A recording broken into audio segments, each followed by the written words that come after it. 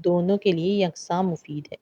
اس کے مریض محسوس کرتے ہیں کہ وہ سانس لینے کے لیے انف ایئر کو انہیل نہیں کر پا رہے ہیں۔ اس کے ساتھ انہیں تیز کھانسی ہوتی ہے۔ لیٹنے سے دم گھٹنے کا احساس جو ہے وہ بڑھ جاتا ہے۔ تیز کھانسی کے ساتھ انہیں سینہ جو ہے وہ بلغم سے بھرا ہوا محسوس ہوتا ہے اور بعض دفعہ کھانسی کے ساتھ چکر آنے لگتے ہیں۔ رائٹ سائڈ کروٹ سے لیٹنے پر مریض جو ہے وہ بیٹر فیل کرتا ہے اور ٹھنڈے اور ڈیمپ ویدر میں اس کی تکلیف بڑھ جاتی ہے۔ بلغم کو نکالنے کے لیے یہ ایک بہترین میڈیسن ہے۔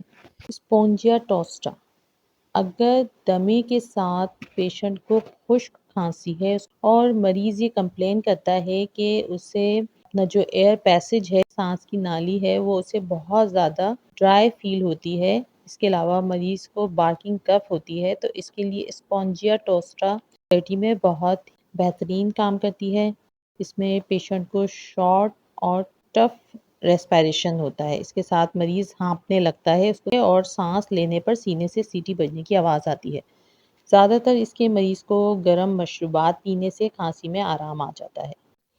ایپیکاک کو استھما کے بار بار ہونے والے اٹیک کے لیے استعمال کیا جاتا ہے اور یہ جب بھی تجویز کی جاتی ہے جب سانس لینے میں دشواری اور سینے کی گھرگھراہٹ حرکت سے بڑھ جاتی ہے۔ کھانسی اتنی زیادہ ہوتی ہے کہ پیشنٹ کو وامٹ ہو جاتی ہے۔ مریض کھانسی کے ساتھ میوکس کو باہر نہیں نکال پاتا۔ نیٹرم سلف ڈیمپ ویدر میں ہونے والی سانس کی تکالیف کے لیے مؤثر دوا ہے۔ کھانسی کے ساتھ تھک روپی گرینش میوکس نکلتا ہے۔ اس میں تکلیف جو ہے وہ مرطوب موسم میں اور رات میں تقریباً 4 سے 5 بجے کے درمیان بڑھتی ہے۔ یہ بچوں کے استھما کے لیے بہترین میڈیسن ہے۔ اس میں سانس لینے میں دشواری کے ساتھ ساتھ گلے میں ٹکلنگ ہوتی ہے۔ نیٹرم سلف کو ہم 6x میں یوز کریں گے۔ اس کی 4 ٹیبلٹس دن میں 3 سے 4 بار استعمال کی جائیں۔ بلاٹا اورینٹیلس ڈسٹ سے ہونے والے استھما کے لیے یوزفل ہے۔ مریض کو شارٹنس آف بریتھ کے ساتھ دم گھٹنے والی کھانسی ہوتی ہے اور سانس لینے میں بے انتہا دشواری ہوتی ہے، جس کے ساتھ یلو پس لائک میوکس نکلتا ہے۔ یہ بارش کے موسم میں ہونے والے استھما کے لیے بھی مفید ہے۔ اس کے علاوہ نکس وامیکا، کاربوویج، ہیپر سلف اور بھی بہت سی میڈیسن ہیں جسے سمٹمز کے اکارڈنگ یوز کرایا جا سکتا ہے۔ اچھا، اب ہم یہ دیکھتے ہیں کہ دمے کے مریضوں کو کیا احتیاطی تدابیر کرنی چاہیے۔ تو سب سے پہلے تو آپ یہ دیکھیں کہ آپ کو کس چیز سے الرجی ہے۔ ان چیزوں سے بھی آپ کو الرجی ہو سکتی ہے، تو آپ کوشش کریں کہ آپ ان چیزوں سے بچیں۔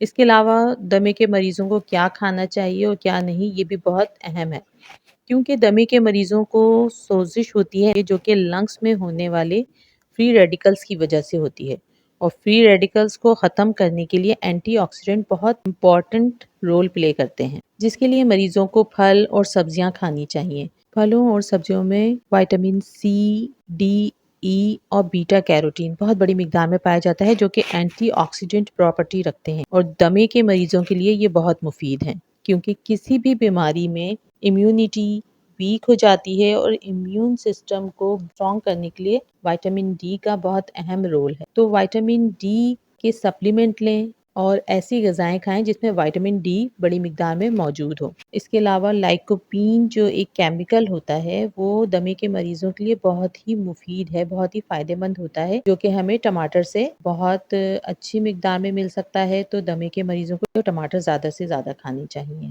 دمے کے مریضوں کو کیا چیزیں نہیں کھانی چاہیے جو کہ ان کے مرض کو بڑھانے کے لیے ٹریگر کا کام کرتی ہیں، جیسے کہ اچار، لیمن جوسز، آرٹیفیشل جوسز وغیرہ، ڈرائی فروٹ۔ یہ دمے کے مریضوں کو بالکل بھی استعمال نہیں کرنے چاہیے یا پھر کم سے کم استعمال کریں۔ مٹر، لوبیا، پیاز اور لہسن اور کولڈ ڈرنکس وغیرہ یہ گیس بناتے ہیں جو دمے کے مریضوں کی تکلیف بڑھا سکتے ہیں۔ بعض دفعہ کچھ مریضوں کو کافی، چائے، ہربس یعنی جڑی بوٹیاں، مسالہ جات وغیرہ اور ایسپرین کے استعمال سے بھی ان کی جو ہے وہ کنڈیشن خراب ہو سکتی ہے، تو ان کو اس چیزوں کے لیے بھی احتیاط کرنی چاہیے۔ نوٹ کرنا چاہیے کہ کن چیزوں کے کھانے سے ان کی جو دمے کی تکلیف ہے ان کی بڑھ جاتی ہے، جیسے کہ نٹس، گندم کی روٹی، دودھ کی بنی ہوئی چیزیں یا پھر مچھلی کی کوئی قسم وغیرہ۔ اس طرح کے کھانے جو ان کو الرجی کرتے ہیں وہ انہیں نوٹ کرنے چاہیے اور ان سے پرہیز کرنا چاہیے۔ اگر آپ کو میری یہ ویڈیو یوزفل لگی ہو تو پلیز لائک اینڈ شیئر کرنا نہ بھولیں اور میرے چینل کو سبسکرائب کریں۔ اگر میری بتائی ہوئی میڈیسن سے آپ کو فائدہ ہو تو آپ پلیز کمنٹ کر کے ضرور بتائیے گا. اللہ پاک ہم سبھی کو صحت اور ایمان والی زندگی عطا فرمائے. اپنا اور اپنے پیاروں کا خیال رکھیں. Take care. اللہ حافظ.